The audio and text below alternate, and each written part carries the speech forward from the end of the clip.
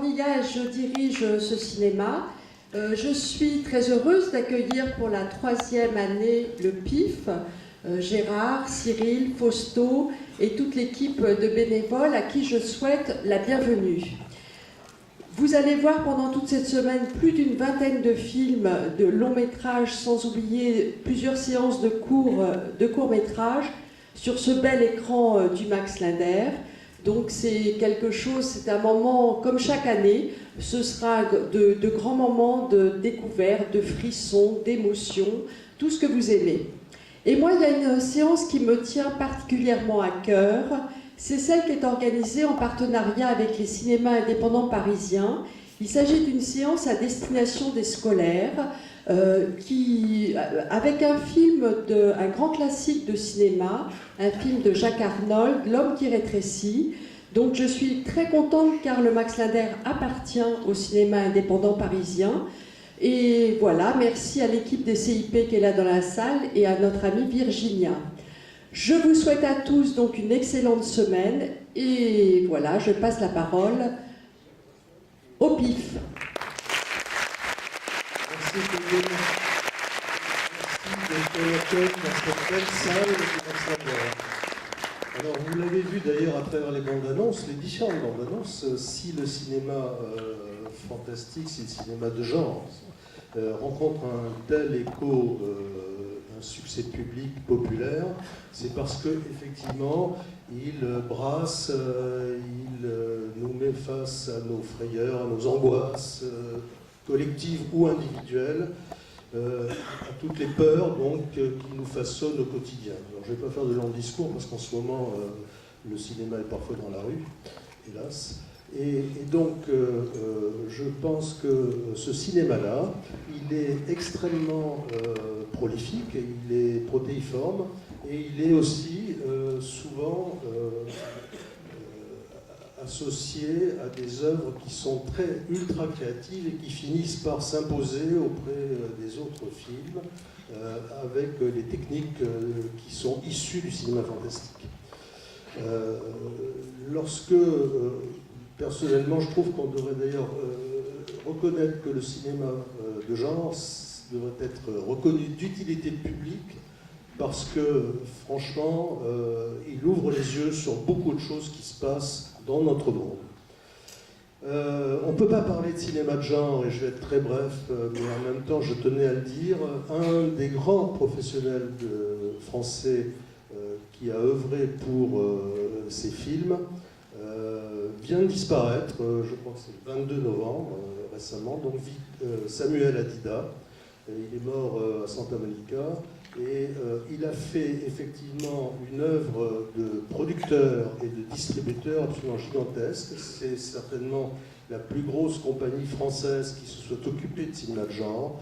Et donc je tenais à ce qu'on lui rende hommage parce que c'était une personnalité certainement passionnée, certainement parfois emportée par sa passion, certainement colérique parfois, mais en même temps un très grand connaisseur du cinéma de genre, et il a importé beaucoup de films américains.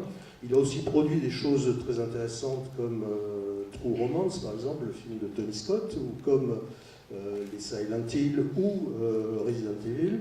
Et il a effectivement, en tant que distributeur, fait quelque chose qui a été important pour nous. C'est lorsqu'il a fait venir le film de Peter Jackson, produit par New Line, et qu'il l'a distribué avec un très grand succès qu'on connaît ici en France. Voilà, donc je voulais dire ceci pour ce grand homme passionné de cinéma qui nous a quittés. Donc je salue son frère Victor, qui a longtemps travaillé encore dans cette compagnie. Je salue ses enfants, je salue sa femme naturellement, et je leur adresse à tous nos sincères pensées pour ce très grand professionnel. Je vous demande de l'applaudir.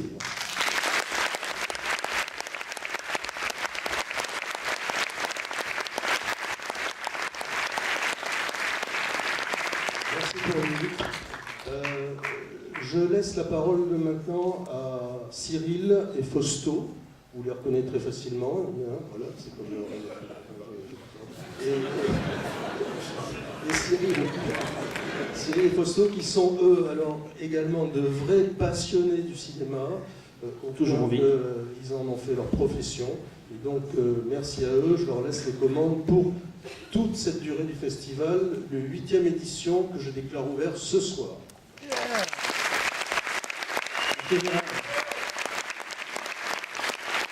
On avait un effet Bonaldi avec un truc qu'on a testé toute la journée qui marchait bien et qui ne marchait plus. Là, ça revient, je suis content. Beaucoup de boulot. Merci à tous d'être venus. C'est toujours un plaisir de voir aussi nombreux pour une ouverture. On bosse depuis 6 mois sur ce festival. C'est la récompense, je pense, pour toutes les équipes présentes dans la salle qui sont les anonymes que vous ne voyez pas. On voyait surtout nos tronches, mais il y a beaucoup de gens qui bossent en sous-marin sur ce festival, sur leur temps personnel. On est un festival fait par des bénévoles, ça on le dit pas assez souvent, mais c'est des personnes qui ont un travail à côté, qui font ça en plus parce que ça les passionne, ça les amuse. Et on monte ça vraiment avec 3 fois rien. On a vraiment... je ne vais pas leur dire, mais regardez, je ne vois pas le logo de la mairie, mais de la région sur la partie des partenaires. Donc on est vraiment pas aidés, mais c'est pas grave, on continue parce que notre seul moteur, notre seule façon de dire que tout ça en vaut la peine, c'est vous. Et voilà, votre présence ce soir nous met vraiment du baume au cœur. Je pense que tous les gens du PIF qui se présentent dans cette équipe, dans cette salle, sont vraiment, je pense, partagés ça avec moi. C'est vraiment... faites du bruit, j'ai envie de vous entendre gueuler. En fait, voilà.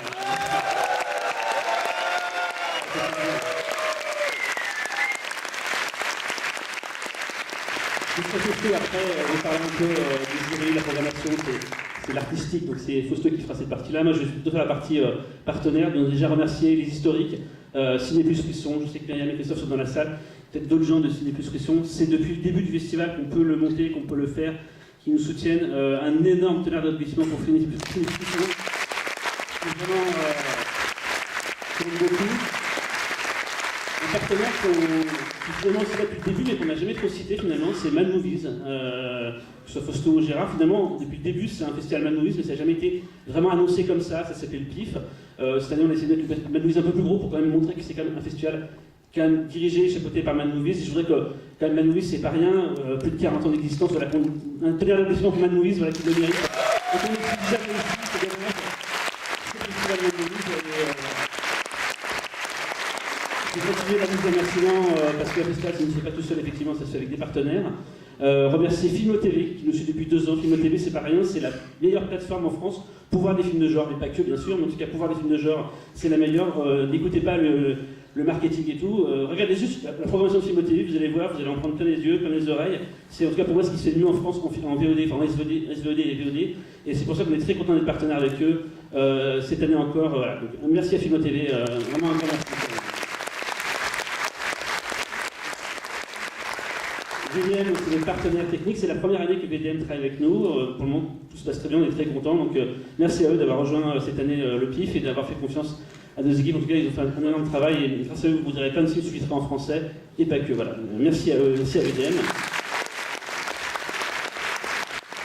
Le Alexander, bon, on a beau être ici, donc ça c'est une évidence, mais on est quand même dans la plus belle salle de France, donc la plus belle salle du monde. Donc merci au Alexander de nous permettre de faire ce festival ici, parce que voilà, c'est ouf. Alors je ne vous vois pas, hein, mais je sais que vous êtes beaucoup. On a les lumières dans la gueule, c'est ça. Donc voilà, merci en tout cas au Alexander. Je sais que Claudine est là quelque part, vous l'avez vu il y a 2 secondes, je pense qu'elle n'est pas encore partie. Claudine, quelque part. Voilà. Mais merci à Eric, merci à toutes les équipes du Alexander. Merci aux opérateurs, merci aux agents d'accueil. C'est grâce à eux. Bobby Pills, pour le moment, personne ne va comprendre pourquoi Bobby Pills est présent comme partenaire. Vous allez avoir bientôt l'explication. Mais en tout cas, là, je voudrais les remercier énormément. Ils ont fait un très beau cadeau. On a été très heureux de travailler avec eux en juin dernier en faisant une première soirée en présentant toutes leurs œuvres de cette édition, enfin de leur première saison. Ils nous ont fait vous allez voir tout à l'heure, on en parlera pile avant que le film se lance, je vais dire un petit mot là-dessus. Mais merci énormément à Bobby Pills, à toutes les équipes de Bobby Pills qui ont travaillé sans relâche pour ce que vous verrez tout à l'heure. Et je laisse Fausto maintenant dire un petit mot sur la prod et le jury.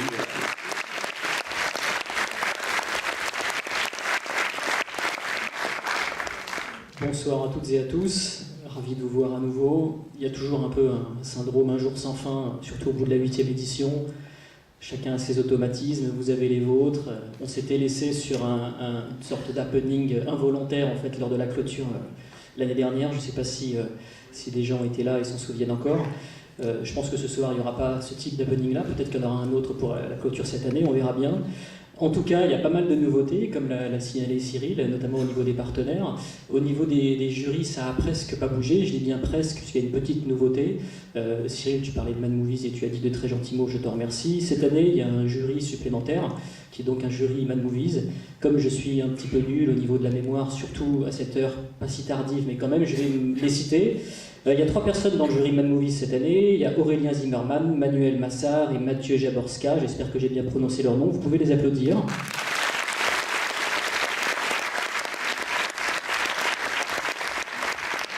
cette année, leur mission, c'est de choisir un film parmi les longs métrages en compétition internationale. Et évidemment, il y a un autre jury, le jury des courts métrages. Je vais tous les citer afin de ne pas les oublier, pardon. Il y a donc Julie Gaillet, Julien Maurice, Toxic Avenger, Olivier Abou et Balak. Vous pouvez tous les applaudir.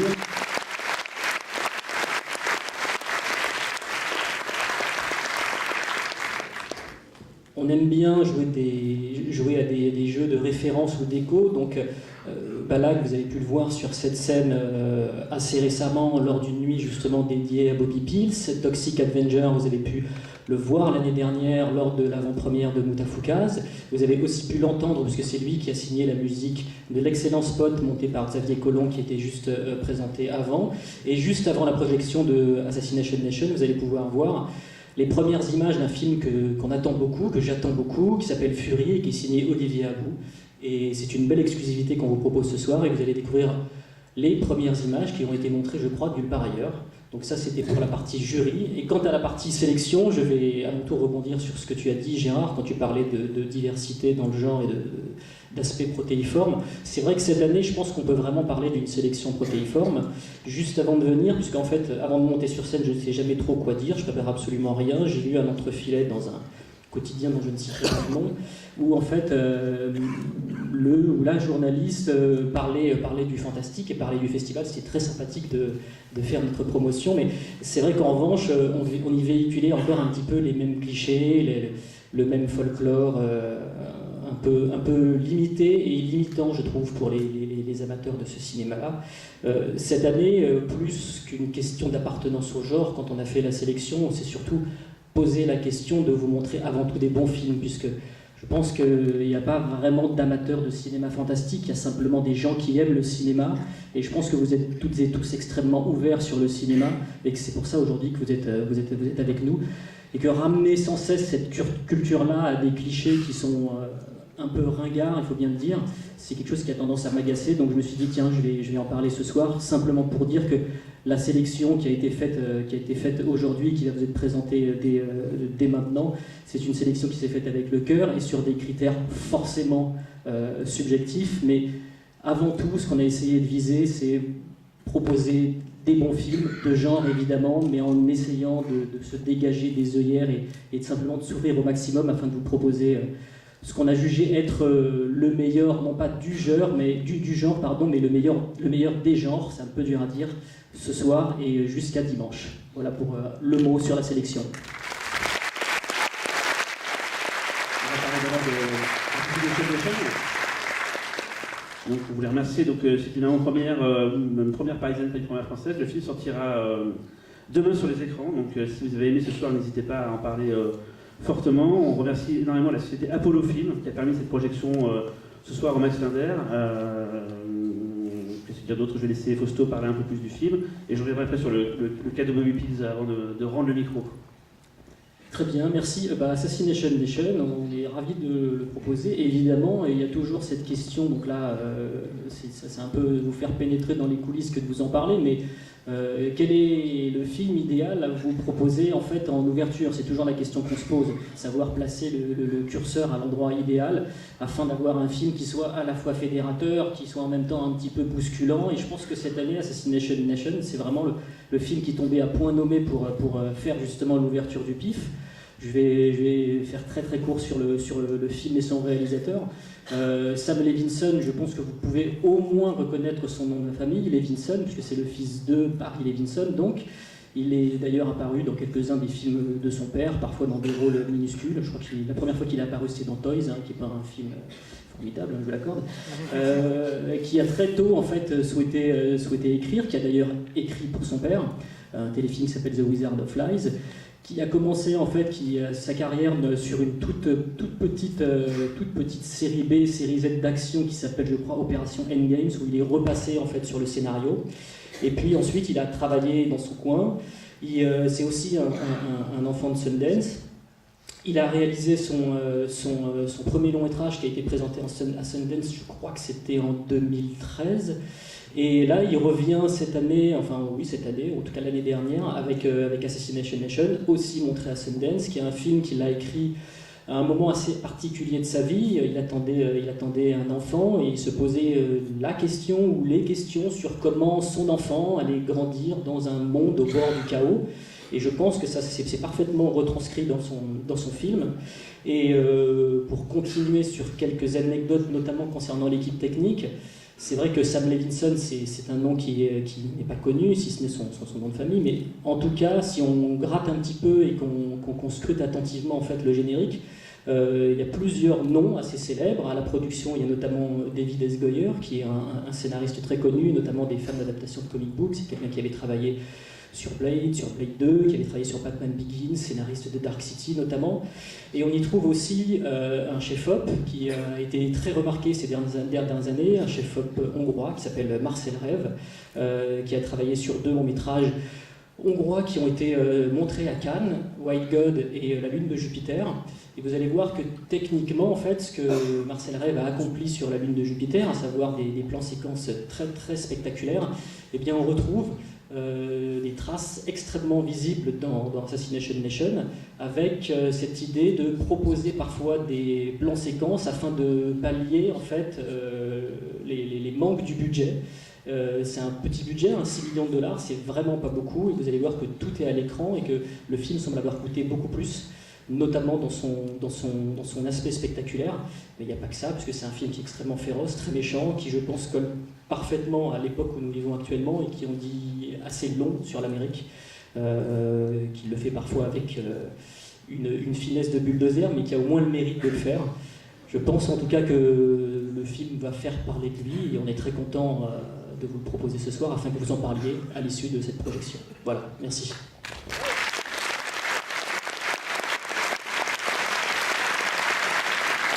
Donc, cette surprise de Bobby Pig, que j'ai teasé comme ça abondamment. On a remarqué l'année dernière que le petit spot anti-piratage No More qu'on passait avant chaque séance vous plaisait bien. Du coup, on l'a enlevé, du coup, on est des gros connards. Et là, on a un joli spot Bobby Pigs que voilà, on vous laisse le découvrir ce soir, il passera avant chaque séance et voilà, on y gagne au change. Allez, à tous, bonne projection et à bientôt.